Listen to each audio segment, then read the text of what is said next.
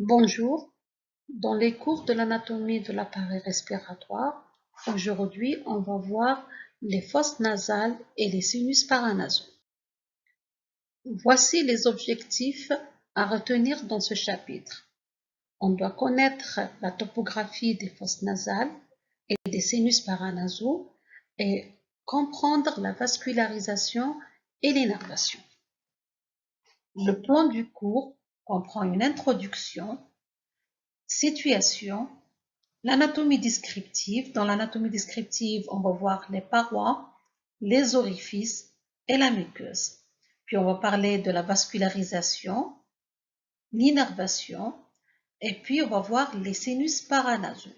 Dans les sinus paranasaux, on va voir le labyrinthe ethmoïdal, les sinus de la face, et on terminera par une conclusion. Introduction. Les fosses nasales sont le segment initial des voies respiratoires supérieures. En effet, ce sont deux longs couloirs sagittaux creusés dans la partie supérieure du massif facial. Ils ont un double rôle. Un rôle respiratoire, c'est une zone de filtration et de réchauffement de l'air, et ils jouent un rôle dans l'olfaction. En effet, les récepteurs de l'olfaction sont situés au niveau de la région olfactive de la muqueuse nasale. Situation. Les fosses nasales sont situées au centre de la face. Voici les fosses nasales. Sous la base du crâne, au-dessus de la cavité orale, en dedans des deux orbites et des sinus maxillaires. Voici les deux orbites, voici les fosses nasales. Ici, c'est l'os maxillaire creusé par une cavité sinusale qu'on appelle le sinus maxillaire. Troisièmement, l'anatomie descriptive. Les fosses nasales présentent 4 parois et 2 orifices. Une paroi supérieure, une paroi inférieure, une paroi latérale, une paroi médiale et 2 orifices. Un orifice antérieur, l'orifice périforme, et un orifice postérieur, l'équane. On commence par la paroi supérieure au toit des fosses nasales. Cette paroi, elle comprend d'avant en arrière 3 segments. Un segment antérieur qui est formé par la face postérieure de l'os nasal ou l'os propre du nez, l'épine nasale de l'os frontal. Un segment moyen formé par la lame criblée de l'ethmoïde. Un segment postérieur, c'est la face antéro-inférieure du corps du sphénoïde. Il faut savoir que cette paroi-là, elle est en rapport avec le bulbe olfactif. Et le bulbe olfactif, il peut être touché en cas de fracture de l'étage antérieur de la base du crâne. La paroi inférieure ou plancher des fosses nasales, elle est formée par l'apophyse palatine. L'apophyse palatine, elle est constituée par le processus palatin du maxillaire dans les 2 tiers antérieurs, vous voyez en jaune, et le tiers postérieur, il est formé par la lame horizontale du palatin. La paroi médiale, elle forme la cloison des fosses nasales ou septum nasal. Elle possède un squelette osseo-cartilagineux qui est formé par en haut et en avant la lame perpendiculaire de l'ethmoïde, en bas et en avant le cartilage septal, en arrière l'os vomaire. La paroi latérale, c'est une paroi complexe. Elle comprend 2 étages. Un étage supérieur, ethmoïdal, répond latéralement à la cavité orbitaire. Un étage inférieur, maxillaire, séparant la cavité nasale du sinus maxillaire. Cette paroi joue un rôle considérable dans la physiologie respiratoire et c'est la phase d'exploration la plus importante lors de la rhinoscopie. 6 os participent à la formation de la paroi latérale. On a premièrement la face médiale de l'os maxillaire. Deuxièmement, la lame médiale du processus pterygoïde de l'os sphénoïde. La lame perpendiculaire du palatin. Le labyrinthe ethmoïdal ou la masse latérale de l'os ethmoïde. L'os lacrymal. Et vers la fin, le cornet inférieur.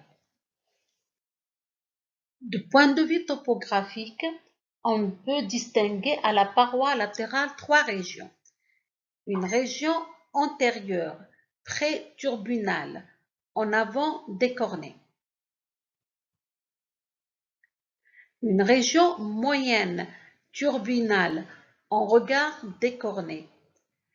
Ces derniers délimitent avec la paroi latérale l'éméa. Une région rétro-turbinale en arrière des cornets. Il faut savoir que la région moyenne turbinale, c'est la plus importante et la plus mouvementée à cause de la présence des cornets et des méas.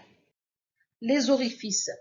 Premièrement, l'orifice antérieur ou l'orifice piriforme, commun aux deux cavités nasales, limité en haut par le bord inférieur de l'os nasal ou les os propres du nez, en bas et latéralement par le bord antérieur des deux os maxillaires. L'orifice postérieur, l'équane.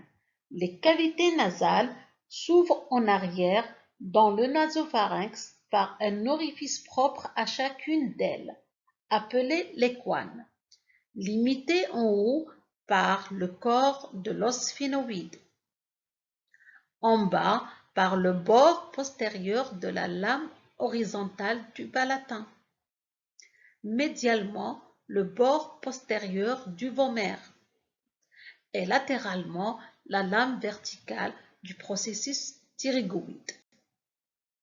La muqueuse, appelée muqueuse pituitaire, recouvre l'ensemble des parois des fosses nasales, s'étend depuis l'orifice narinaire jusqu'à la muqueuse pharyngienne. Sur le plan fonctionnel, les parois latérales et médiales sont divisées en deux zones, une zone supérieure olfactive et une zone inférieure respiratoire. La vascularisation. On va commencer par la vascularisation artérielle. Les cavités nasales sont richement vascularisées et le sang artériel il provient des deux systèmes carotidiens par trois sources. Premièrement, l'artère sphénopalatine. C'est l'artère principale des cavités nasales. C'est une branche de l'artère maxillaire, elle-même branche terminale de l'artère carotide externe. Deuxièmement, on a l'artère labiale, branche de l'artère faciale, qui est une branche collatérale de la carotide externe. Elle va donner l'artère de la sous-cloison. Troisièmement, on a les artères ethmoïdales antérieures et postérieures. Ce sont deux artères branches de l'artère ophtalmique et l'artère ophtalmique est une branche collatérale de la carotide interne. Au niveau de la partie antéro-inférieure de la cloison, à ce niveau-là, s'anastomosent les différentes branches des artères. Ils vont former une tache vasculaire qu'on appelle la zone de Kesselbach. Cette zone-là ou cette région-là, elle est très fragile. Elle peut être à l'origine d'épistaxis à répétition. Voici un schéma récapitulatif de la vascularisation artérielle des fosses nasales. Sur ce schéma-là, on voit l'artère carotide primitive, branche collatérale de la crosse de l'aorte, qui se divise en deux artères carotides, la carotide externe et la carotide interne. La carotide externe, elle va donner l'artère maxillaire, sa branche terminale, elle-même qui va donner l'artère sphénopalatine, qui est la branche terminale de l'artère maxillaire. La sphénopalatine, c'est l'artère principale des fosses nasales. Elle va vasculariser principalement la partie postéro-inférieure des fosses nasales.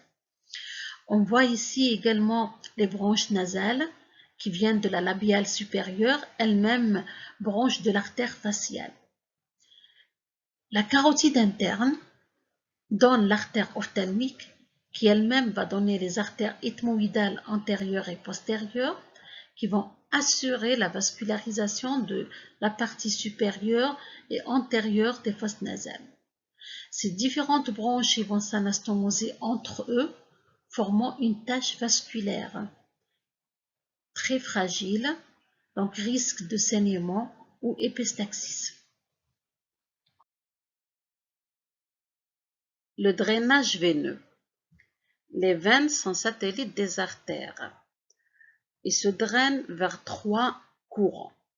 Un courant supérieur, formé par les veines ethmoïdales antérieures et postérieures, qui vont être drainées par les veines ophtalmiques, eux-mêmes qui vont se terminer dans le sinus caverneux. Un deuxième courant postérieur, qui se jette dans la veine maxillaire, et elle-même, elle va se terminer dans le sinus pterygoïdien. Les veines antéro-inférieures vont être drainées par la veine faciale, voici la veine faciale, et qui se termine dans la veine jugulaire interne.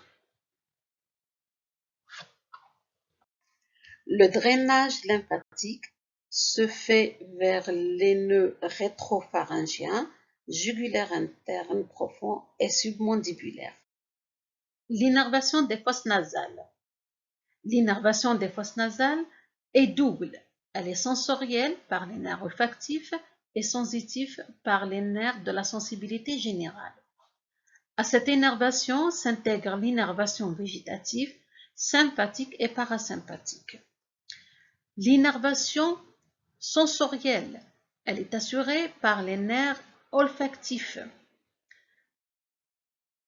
L'innervation sensitive, on a 2 nerfs, donc le nerf nasal, branche de l'ophtalmique de Willis, lui-même branche terminale du nerf trijumeau, donc c'est le 5A, et par le biais du nerf sphénopalatin, branche du nerf maxillaire, lui-même branche terminale du nerf trijumeau, donc c'est le 5-2.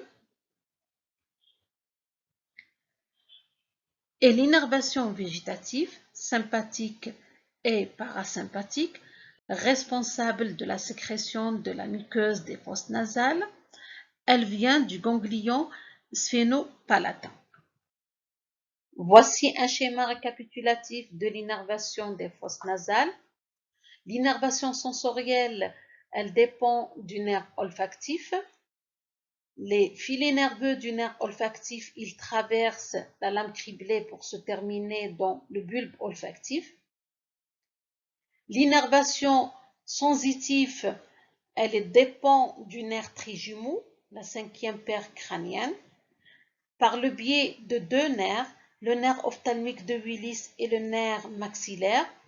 L'ophtalmique de Willis, ou le 5-1, il va assurer la sensibilité de la région antéro-supérieure, alors que le nerf maxillaire, il va assurer la sensibilité de la région postéro-inférieure. L'innervation végétative sympathique et parasympathique responsable de la sécrétion des muqueuses des fosses nasales. Donc, elle dépend du ganglion sphénopalatin, ptyrygopalatin. Le ganglion sphénopalatin, il va recevoir des afférences sympathiques et parasympathiques du nerf vidien et du plexus péricarotidien. Ces fibres, ils ont une connexion directe avec le nerf facial et le nerf glossopharyngien, qui vont être responsables des sécrétions des fosses nasales. Les sinus paranasaux, ce sont des cavités aériennes creusées dans le massif crânio-facial, recouvertes d'une muqueuse respiratoire, reliées aux fosses nasales par des orifices de drainage qui s'abouchent au niveau des méas. On distingue le labyrinthe ethmoïdal et les sinus de la face. Le labyrinthe ethmoïdal. Le labyrinthe ethmoïdal, il est composé de cellules ethmoïdales qu'on divise en cellules ethmoïdales antérieures et moyennes qui s'ouvrent dans le méa nasal moyen, et les cellules ethmoïdales postérieures qui s'ouvrent dans le méa nasal supérieur. Les sinus de la face, ils sont en nombre de 3. Premièrement, le sinus frontal, creusé dans l'os frontal, se draine dans le méa nasal moyen.